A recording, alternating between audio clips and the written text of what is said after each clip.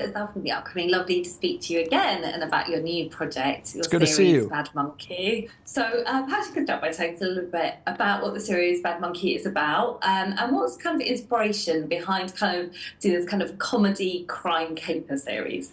Look, Bad Monkey. I start with this because I've reached a point in my career that I've been lucky enough to do a bunch of things, and this was so exciting for me because I want to put it out there if I haven't already.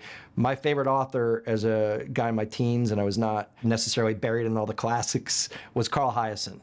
And I never imagined that I'd get to a point that I could go find my favorite author and say, I love this book. Let me make it a TV show. Think about it if someone said, what's your favorite book? And not only do you get to make it into a TV show, but you have to add like 3 or 4 chapters to the middle, you know what I mean, to make it long enough to be 10 episodes.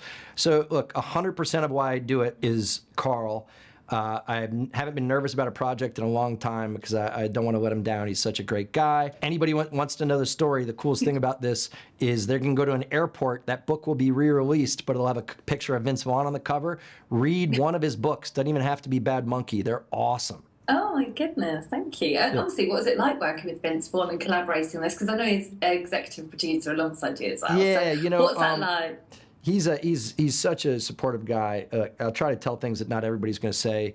My daughter had never acted before, and she's a successful musician here. And watching him kind of mentor and help her, I owe him one forever. He was so cool and supportive. And then the other thing is the gift of hearing somebody's line, the way they'd say a line in your head, makes it easier to write. But also that he makes your material funnier with what he adds, and then you get to take credit for it later in interviews. It's a gift, man. I mean, the hard part is just as a fanboy, just wanting to watch him and try to get him to say lines from some of my favorite movies. But that was not helpful during our workday. Extended the process. And obviously, what was it like working with such a brilliant ensemble cast? I know you've obviously worked with Zach before, on Scrubs and other things, but obviously having in your daughter as well. So what was that like working with her? Well, what was cool was this is a different show than I usually do. So getting to bring in people that might be mostly known for their dramatic work, but I knew they were funny and knew that they could handle the material, and watching them kind of shine in this world, that was so fun. So I was blown away by Michelle Monaghan, and Jodie Turner-Smith is so good in this, and I would often forget to say cut or to realize the scene was over because I was so mesmerized by her work.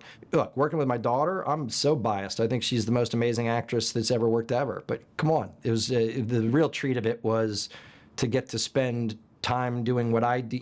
I don't get to enter her music world, so being able to have her in my world was such a gift. I'm really grateful for it.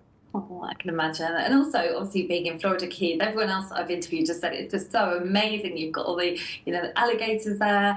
What was that like being on set? Were there any kind of standout moments? Yeah. One of the things we're proud of is all the animal and nature stuff there. It's all real, and it was all just stuff encroaching on the set. We had an extra camera person that would be picking it up. We didn't know that a manatee would swim over to Michelle Monaghan. We didn't know an alligator would come to the dock like it wanted to eat her.